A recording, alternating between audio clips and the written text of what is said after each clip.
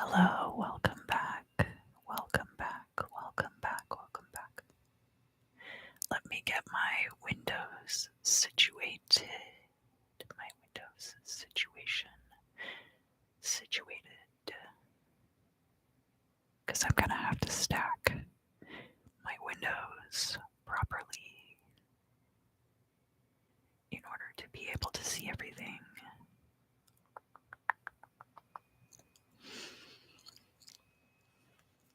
Okay, I think that'll work.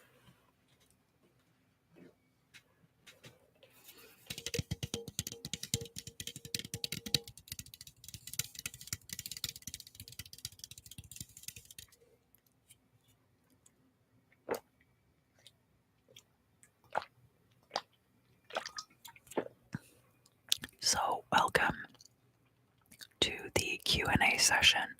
This is going to be for the month of October 2022.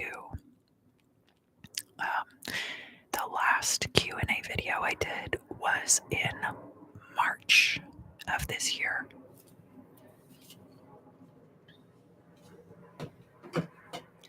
So I think I have all of the questions from the previous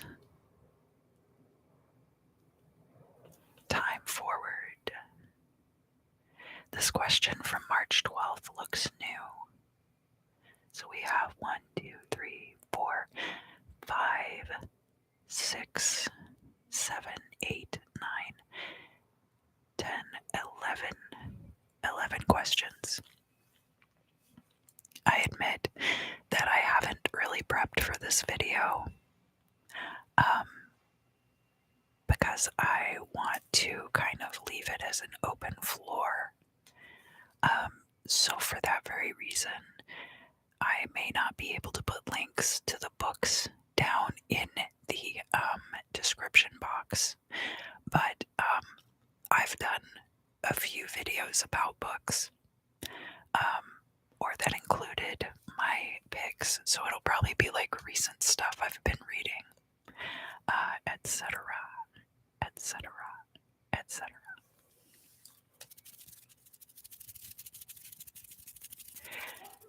So, where did my chat window go? Here we go. I'm going to try to make sure that I have the chat window pulled up. Okay. Sorry, I'm getting a little bit nervous because I don't want to miss the chat window. I love talking to you guys. So the first question is, what is your scariest paranormal experience? And honestly, like,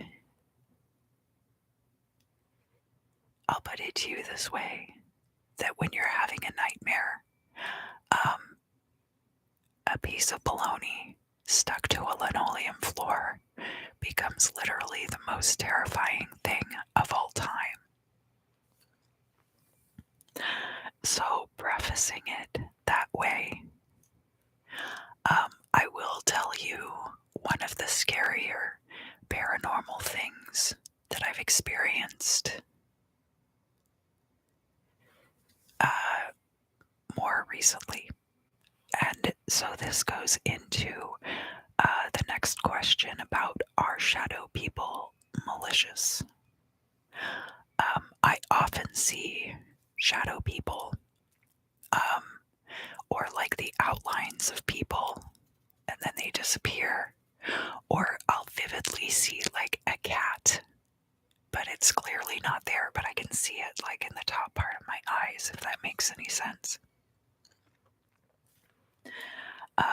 And these entities are not malicious, but I don't say like that as a full absolution either. So if you think about, like, shadow people are not monolithic, right? There's different representations that we see, like the hat guy, the guy with red eyes, etc. And you can break down, I think, people who have more experience with those types of shadow people specifically have ways of breaking down their energies because they're more familiar with them and they've interacted with them. But I don't think they're malicious. I think that it's just like if you're walking down the street and someone is coming towards you, like, is that person malicious? They could be, but they're probably not. They're probably occupied in their own thing. And so while it, seems like shadow people are like, they're interacting with people, but are they interacting in a malicious way? That's what really dictates, is a shadow person malicious or not? Is it having a malicious effect in your life?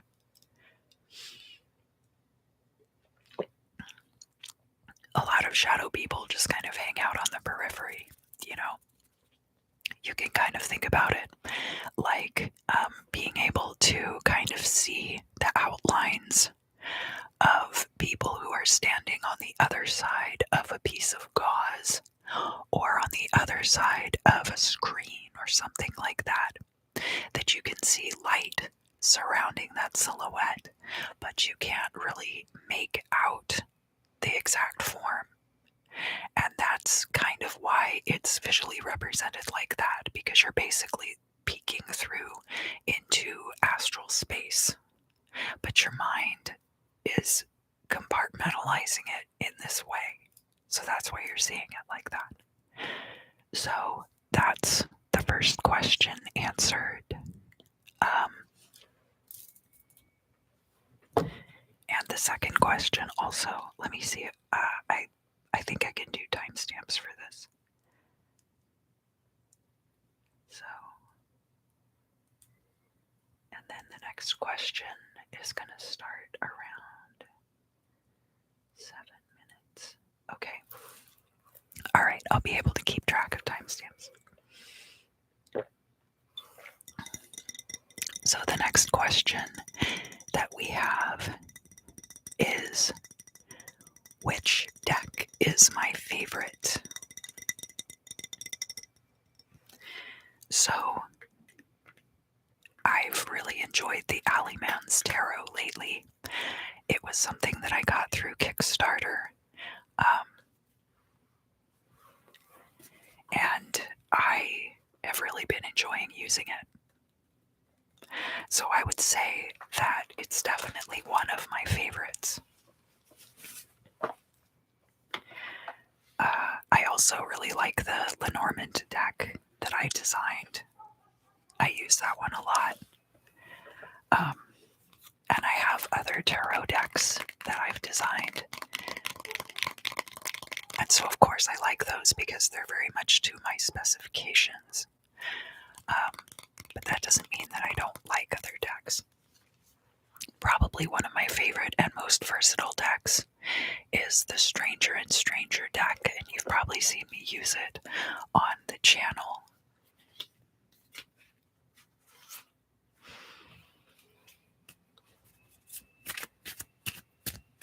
And this deck is great because all of the cards have these wonderful illustrations that you can use to help you interpret the reading.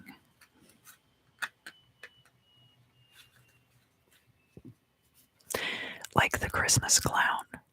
This card says a lot. Oh, hi, Connie.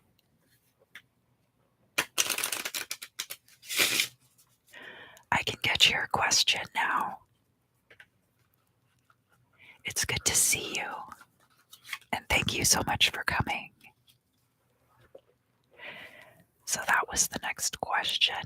And so now I'll put a timestamp at 9:30.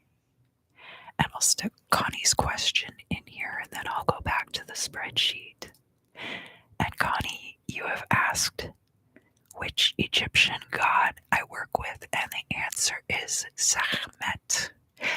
But recently I have also started working with Khonsu to balance balance out the solar and the lunar energies. But I work with them very separately. They kind of hang out in different spaces, if that makes sense. And I haven't been as thorough recently with my practice. I've been trying to do a lot of other stuff. But I was playing on the full moon for a few months, Senate with Hansu as part of a ritual, and that was a lot of fun, I think, but I'm gonna go back to doing that soon. So that answers Connie's question, and thank you for asking. So the next question.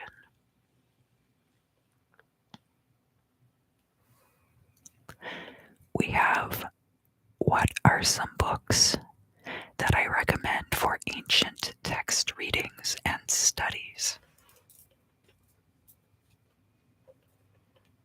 So I literally keep stuff like this in my bed. I don't know if you guys know this, but I have to film everything in my bed now, because that's what takes up a lot of space in my room. And I sleep with books in the bed. And this is literally one of my favorite books, The Cannibal Hymn. Oh, thank you, Connie. I'm sure I'll be doing more videos about Egypt. There's so much to cover. There's Gnosticism, there's the ancient religion, there's just a lot there to cover. This book, I think, is kind of hard to find, but it's really, really good.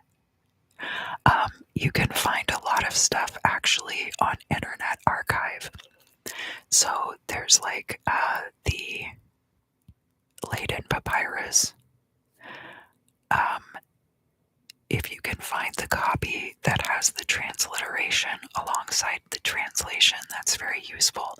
That's from the Demotic period, so that would have been right before the beginning of Christianity. It was kind of when the Greeks were in the area around the time of the Rosetta Stone, I think, is when the Leiden Papyrus is from, and it's a lot of spells and medicine.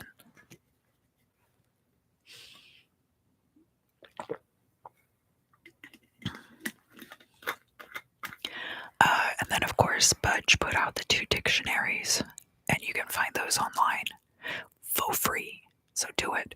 And then the Book of Joe, or Yo, that Brill put out has the Coptic language on the one side of the page and the translation on the other side of the page. And I think that book is available through their website, and it might also be available online for free. But there's also copies of Pistis Sophia that are handled in a similar way on Internet Archive. So it really just depends on what you are trying to get into. A really seminal text for understanding the Egyptian language and the Egyptian religion is Budge's Egyptian Book of the Dead, because basically it's just the whole thing laid out there, and you can go through, and it's got the hieroglyphs, the transliteration, what the sounds of the words are, and then it also has the translation. So really, you can't go wrong with that.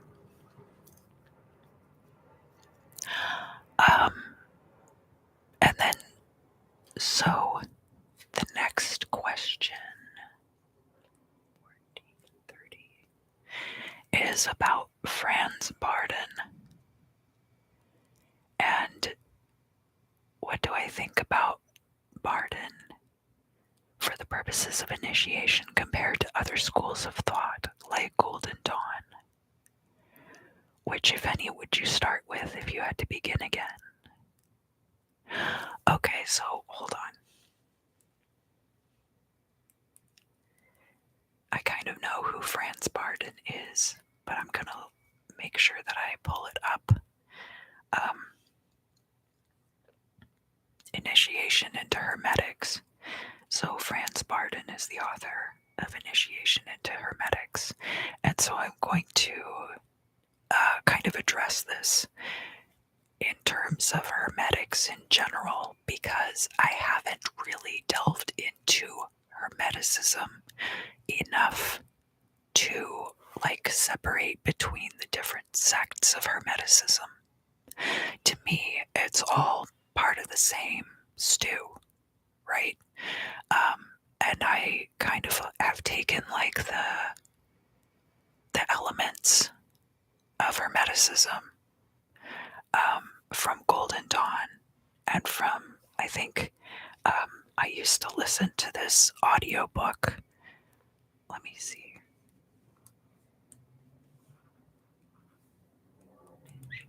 Initiation into Hermetics. Yeah, I used to listen to a lot of books on YouTube when I was working at Quest. And I think this is one of those books that I would put on. So the way that I absorbed it was in a much more totalistic sense. I haven't really gone into the analysis behind the philosophy of a lot of these practices in the same way, because I've been more interested in the application. So as far as different schools of initiation, I'm going to kind of treat this as a monolith in my own perspective, because I come from a place of being a solitary practitioner and never inducted into any particular practice. I just do what works for me, and I've studied a lot so that I know what's out there. So from that point of view,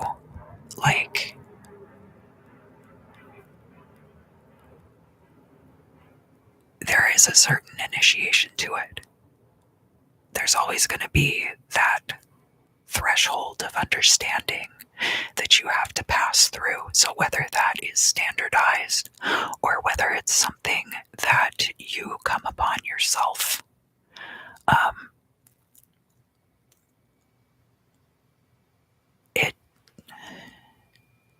it just depends on what works for you, if that makes sense. And everybody's going to be different. And because my particular approach was so individualized to me, I really don't have a lot of regrets about the way that I did things. Because I read and read and read for a long time before I even started putting together rituals and doing magical practice. I kind of dabbled in it for a while. Sorry, my mouth made a weird noise. I apologize for that. I kind of dabbled with it in my early teens, and then really got more into the educational side of things for a long time before I really got back into practice, if that makes sense.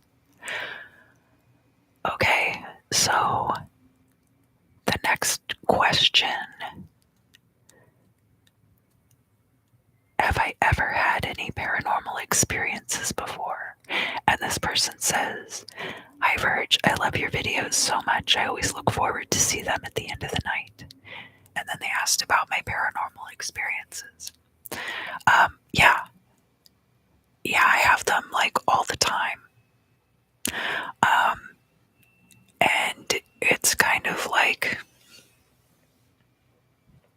I have friends who are shamans and people who are adepts and stuff around me. And a lot of us really struggle with our mental health because you're straddling that line between the two worlds and not really being able to have a firm grasp on what is tangibly present in reality. One of the most vivid paranormal experiences that I had was actually when I was working at Quest, and may or may not have mentioned this before, so I won't tell like the whole story again, but basically like there were certain people that I worked with that I would hear them in the building 30 minutes to an hour before they actually got there. Because like they would come in and I'd be like, oh wait, I heard you like out in the hall like 30 minutes ago. And they'd be like, no, I literally just walked in the door. And that was very spooky. And it was like, you guys need to go home and go to bed. Stop coming in before your shift starts. But,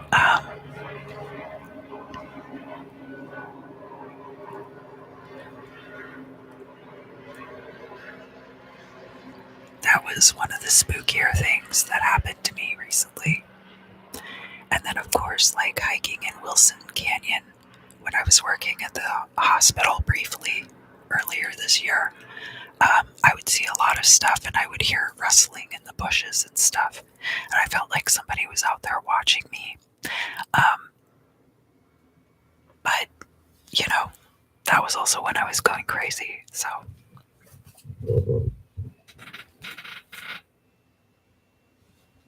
Sorry, just stretching my leg out. Probably just me being paranoid. But, you know, when you're crazy, everything's a paranormal experience. Okay, so then the next question. I'm gonna put... I might not timestamp every single one, but I'm gonna try my best.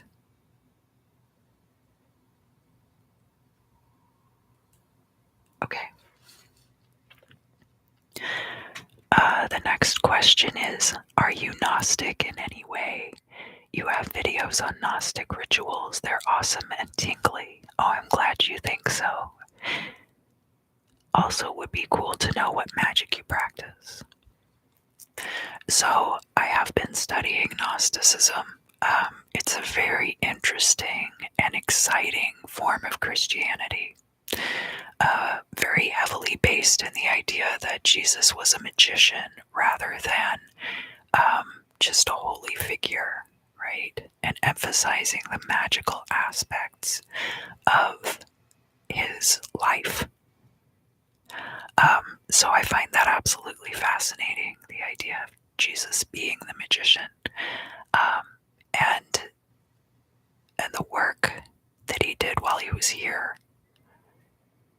And Jesus was just a very fascinating figure anyway, and I think it's really a shame the way that people take his name in vain, and try to pollute his message, which is actually quite simple. So from that perspective, I am in the process of studying Gnosticism and have certainly adapted some elements to my work. Hi Star, how are you? It's good to see you. Thank you so much for coming. Please feel free to ask questions. And then the next part of that question was what kind of magic I practice. And a lot of it is based in Egypt. So like the ancient religion, but also getting more into like the emanations and the Book of You and the fatherhoods and the things like that, and learning about that. And then of course I've studied a lot of like the Golden Dawn correspondences, and specifically as they relate to tarot. So I kind of and use rituals like the lesser banishing rituals and the middle pillar and things like that. I think it's good to be able to recognize what things are effective and what works for you specifically, because there might be things that, because of the way that your mind and your processes work really well for you, but wouldn't work for somebody else. Alright, so then the next question.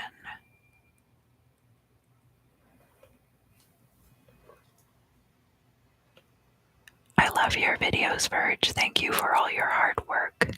Oh, it's my pleasure. Thank you so much for watching.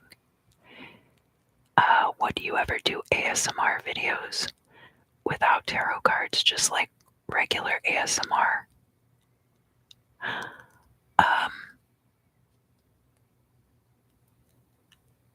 Well, I thought about that, but it's not like I wouldn't do it if somebody requested a personal video. But as far as like the channel is concerned, I really like for it to be a resource. This is kind of like my video grimoire, if that makes sense. So it's not like, because sometimes I do like ASMR stuff and I integrate it into my experimental music. But I have like specific purposes and designs. And so I wouldn't say no, but I also would say that I am not planning to do that. But I have thought about it. Thank you for asking. And then the final question for tonight, and I will open the floor if anybody has questions.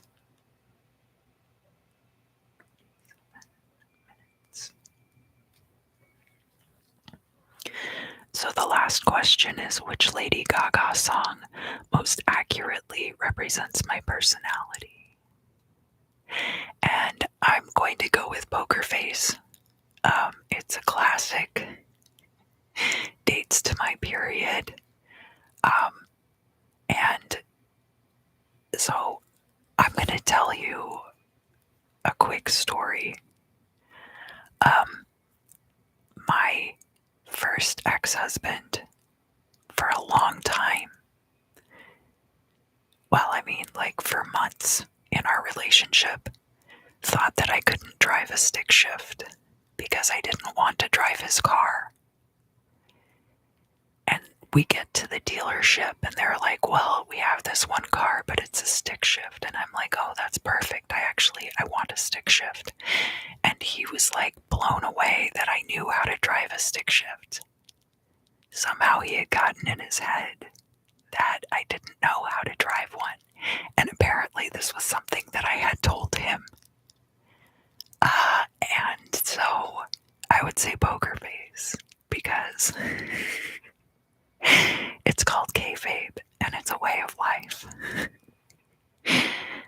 I will tell you the most insane thing with this straight face, and I'm joking, and I know that I'm joking, and I think it's hilarious, but it doesn't translate because I look so serious and sound so genuine when I say it. So that's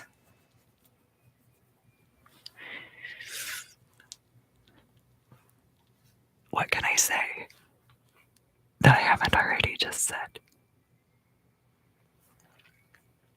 So thank you so much for coming out for the live stream tonight. I will leave the chat open for a few more minutes or so, and you guys can talk or ask questions or anything that you might be inclined to do. There's certainly no pressure.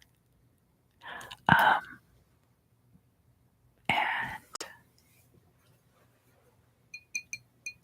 I'll just make some sounds quietly over here with my water bottle.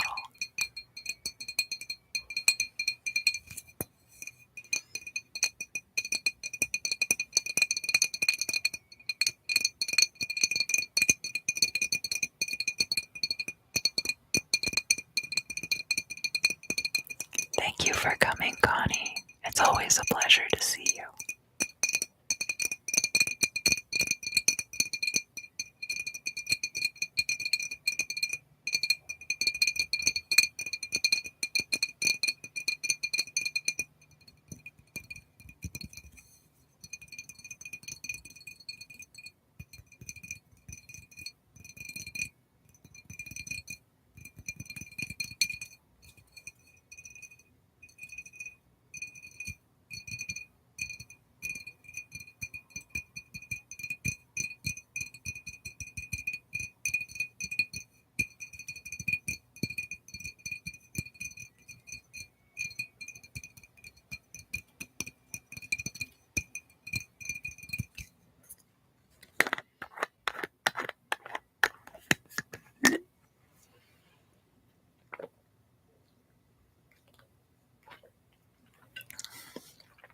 Alright, well, I will leave you guys for this evening.